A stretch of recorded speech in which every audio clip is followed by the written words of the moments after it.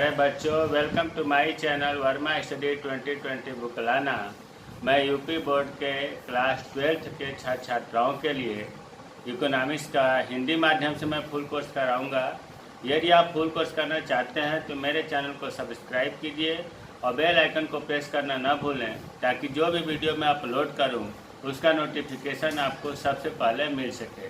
प्यारे बच्चों, micro economics में चैप्टर 4 चल रहा है, पूर्ण प्रतिस्पर्धा की स्थिति में फर्म का सिद्धांत। इसमें हम लोग पढ़ रहे थे पूर्ति की लोच मापने की विधियाँ, जिसमें हम लोग पढ़ चुके हैं प्रतिशत विधि, और आज हम लोग पढ़ेंगे बिंदु विधि, जिसको हम ज्यामिति विधि या अंग्रेजी में पॉइंट मेथड भी कहते हैं। प्यारे बच्चों, प्रतिशत विधि अगर नहीं पढ़े हैं तो आई बटन को क्लिक करके पढ़ लेंगे। दूसरी विधि होती है पॉइंट मेथड।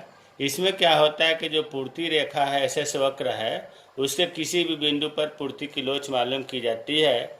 और एसएस रेखा जो है, पूर्ति रेखा, वो दो तरह का हो सकता है। या तो पूर्ति रेखा एक सरल सीधी रेखा में होगी, या पूर्ति रेखा वक्राकार होगी।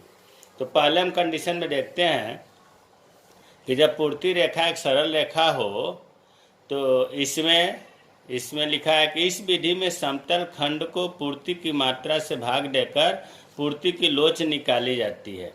मतलब पूर्ति की लोच बराबर समतल खंड बटा पूर्ति की मात्रा। अब पूर्ति की मात्रा जो है, अभी इसमें सवाल जब चित्र बनाएंगे तो क्लियर हो जाएगा।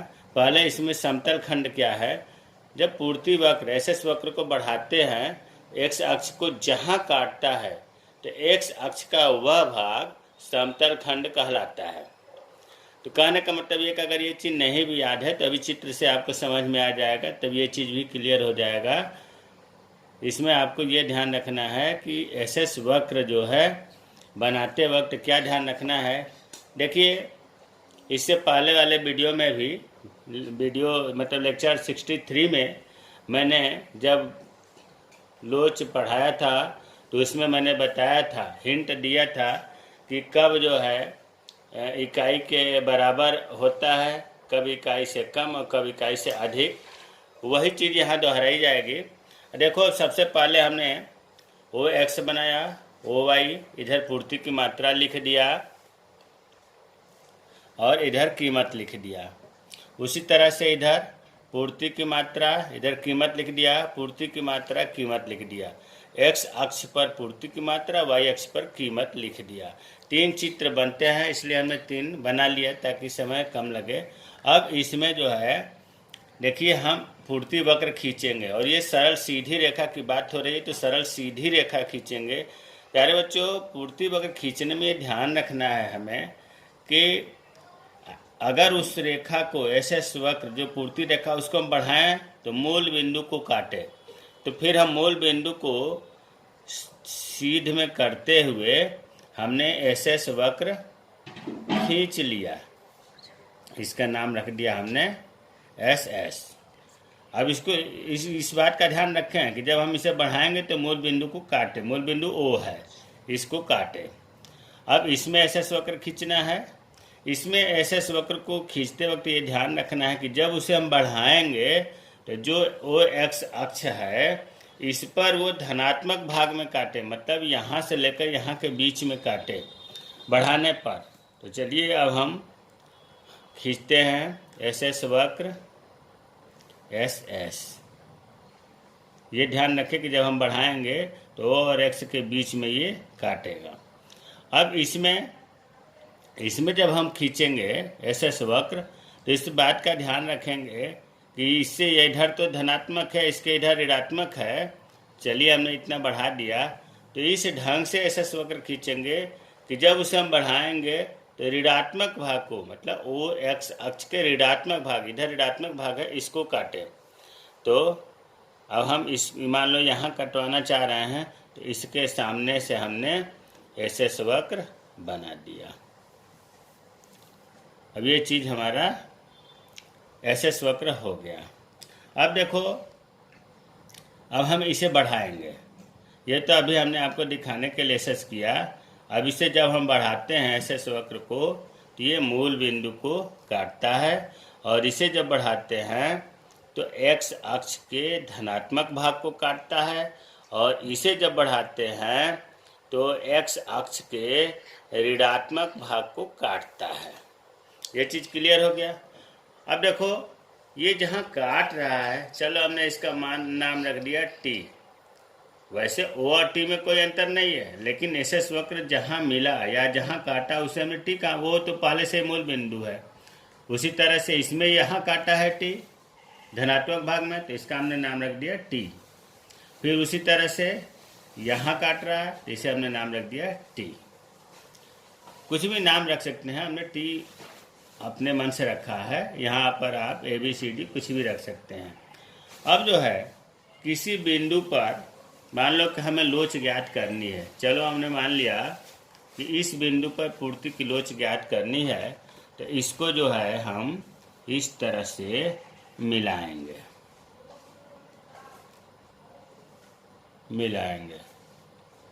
उसके बाद यहाँ ये पूर्ति की मात्रा है तो हमने Q रख दिया, और इधर P है तो P रख दिया।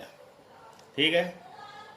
उसी तरह से इसमें कोई बिंदु मान लेते हैं। चलिए हमने इस बिंदु को मान लिया कि इस बिंदु का एस वक्र के इस बिंदु का हमें पूर्ति की लोच ज्ञात करनी है।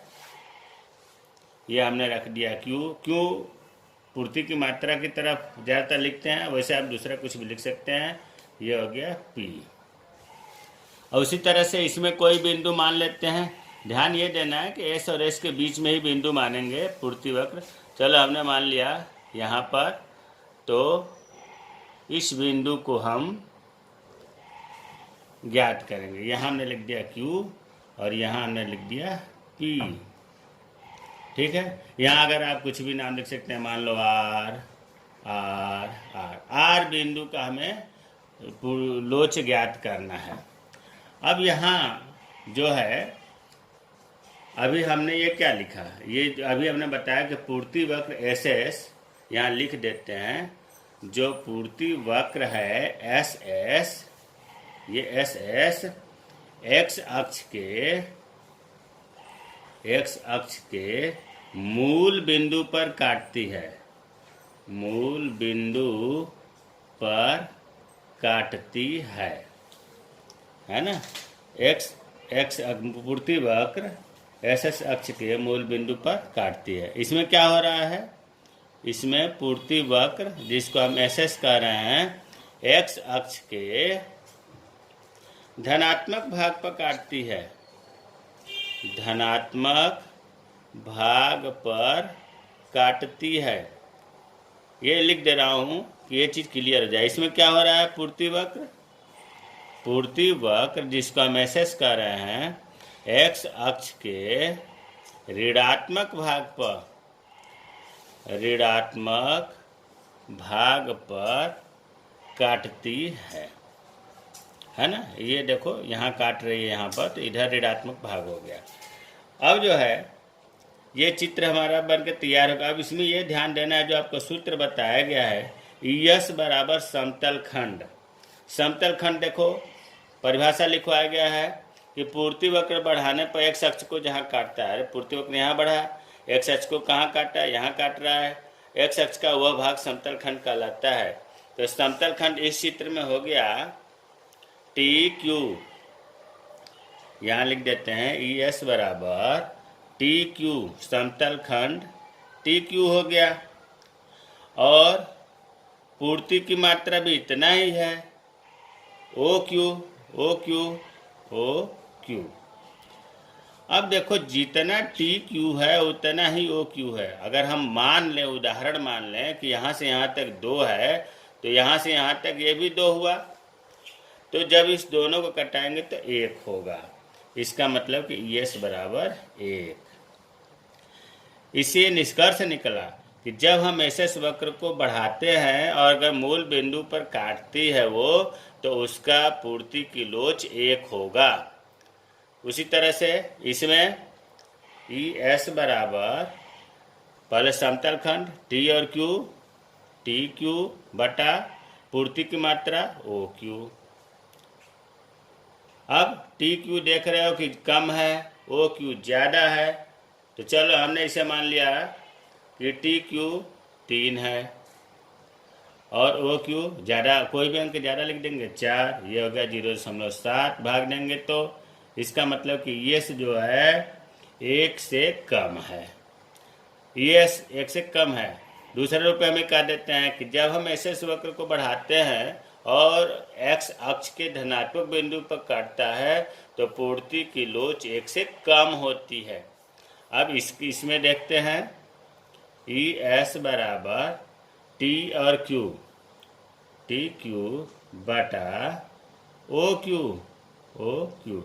अब देखो टी क्यू ज़्यादा है और ओ क्यू कम है, तो टी क्यू को कोई संख्या ऊपर ज़्यादा करेंगे और नीचे कम कर देंगे, इसे भाग देंगे तो 1.3।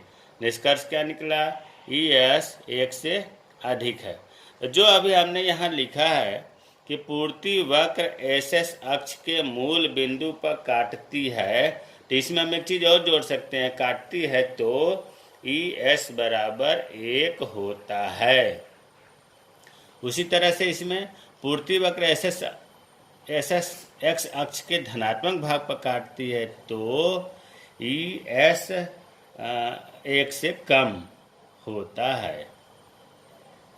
इसमें पूर्ति वक्र एस एस जिसको काटते हैं एक्स अक्ष के ऋणात्मक भाग पर काटती है तो ई एस 1 से अधिक होता है।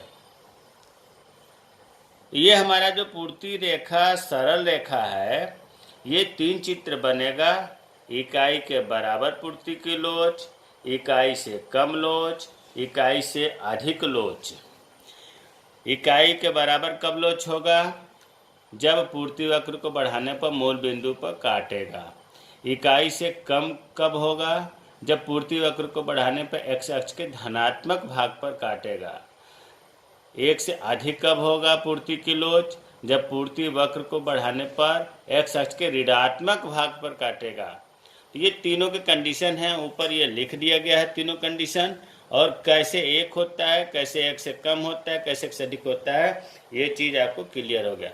अब जो दूसरी विधि थी कि अगर सीधी रेखा ना हो, पूर्ति वक्र जो है एक सीधी रेखा ना हो, इस तरह से वक्राकार हो, हमें इधर पूर्ति की मात्रा या पूर्ति लिखेंगे, इधर कीमत लिखेंगे, और सीधी रेखा न बना करके हमने एस वक्र बना दिया और मान लिया कि इस बिंदु पर हमें पूर्ति की लोच ज्ञात करनी है।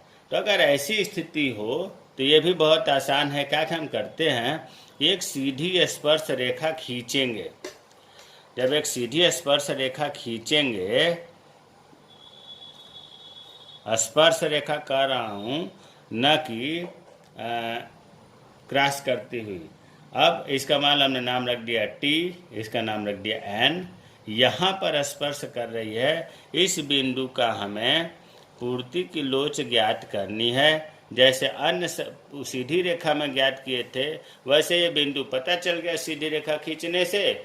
फिर यहाँ हमने मान लिया क्यू, और इसे अगर हम बढ़ा दिया, नीचे तक कर दिया, तो ये हमारा जो है ये टी हो गया। यहाँ ना लिख कर यहाँ लिख दिया, सीधी रेखा खींच दिया। अब आपको पता है कि यहाँ से यहाँ तक समतल खंड हो गया, यहाँ से यहाँ तक पूर्ति की मात्रा हो गया। अब यस आसानी से निकल जाएगा। यस बराबर जैसे सीधी रेखा में था वही चीज़ है, समतल खंड टी क्यू बटा पूर्ति की मात्रा ओ क्यू। अब देखो टी क्यू कम है, ओ क्यू ज़्यादा है। अगर इसे हमने मान लिया कि टी क्यू कम है तो मान लिया कि इसे 2, और ओ क्यू ज़्यादा है तो इसे मान लिया 3। जब इसे भाग देंगे तो 0.3 6 18 6। अब इसका मतलब कि यस जो है 1 से कम है। तो अगर पूर्ति रेखा वक्राकार है तो इस विधि से हम पूर्ति की लोच ज्ञात करते हैं। तो प्यारे बच्चों, आज जो है पूर्ति की लोच ज्ञात करने की, मापने की, पूर्ति की लोच माप कैसे करें, जो 2 विधियाँ थी, प्रतिशत विधि, दूसरा बिंदु विधि, समाप्त हो गया। इतना ही नहीं बल्कि ये चौथा चैप्टर जो था पूर्ण प्रतिस्पर्धा की स्थिति में फर्म का सिद्धांत, आज पूरा हो गया। सबसे बड़ी बात यह है, सूचना यह है महत्वपूर्ण कि इसमें जो यूपी बोर्ड के छात्र हैं या छात्राएं हैं, उनका जो 30% सिलेबस कम किया गया है उसमें पूर्ति हटा दिया गया है। अब आप ये कहेंगे जब पूर्ति कोर्स से हटा दिया गया तो इसमें क्यों पढ़ाया गया? इसलिए पढ़ाया गया कि मैंने आपसे वादा किया है फुल कोर्स कराने के लिए, तो मैं तो फुल कोर्स कराऊंगा। इसलिए अगर आप अच्छी पकड़ चाहते हैं, अच्छी तैयारी करना चाहते हैं, तो बिना पूर्ति पढ़े तो काम चलेगा नहीं। इसलिए हमने पढ़ा दिया। लेकिन इतना ज़रूर है कि यूपी बोर्ड में पूर्ति वक्र के कम से कम जहाँ से पूर्ति शुरू हुआ है, पूर्ति किसे कहते हैं, पूर्ति की प्रभावित करने वाले कारक कौन कौन से हैं, पूर्ति को मापने के लोच कौन कौन से हैं, पूर्ति के मापने की जो विधियाँ पढ़ाई गई वो कौन से हैं, पूर्ति को प्रभावित करने, व्यक्तिगत पूर्ति को प्रभावित करने वाले कारक, बाजार पूर्ति को प्रभावित करने वाले कारक, ये मतलब पूरा पूर्ति सप्लाई का जितना भी वीडियो है, हमें लग रहा है कि कम से कम 7-8 वीडियो होगा, वो जो है आपके कोर्स से मतलब हटा दिया गया है। लेकिन हमारा ये मानना है कि इसे आप ज़रूर पढ़ें। अभी मैं बता दे रहा हूँ कि आपका पूर्ति जो है वीडियो शुरू हुआ है, पूर्ति की जहाँ से आपको कोर्स में नहीं है, इसका मतलब कि 56 से पूर्ति शुरू हुआ है। तो 56, 57, 58, 59, 60, 61, 62, 63, 64 और आज हम लोग जो पढ़ रहे हैं 65, 66, 12 वीडियो हुआ। पूर्ति में 12 वीडियो पढ़ाए गए हैं। इन्हें आप सिलेबस में आपके नहीं है। मैंने इसलिए फिर बता रहा हूँ कि पूर्ति की अगर आपके पास क्षमता कम है, ऐसा लगता है कि हमारा ज़्यादा ओवर हो रहा है, तो पूर्ति आपके सिलेबस से 2020-21 में परमानेंट नहीं हटाया गया, 2020-21 में लॉकडाउन की वजह से ये सिलेबस कम किया गया है। अब मुझे उम्मीद है कि ये पाठ पूरा समझ में आ गया होगा। बहुत अच्छे से पढ़ाया गया है। जय हिंद, जय भारत।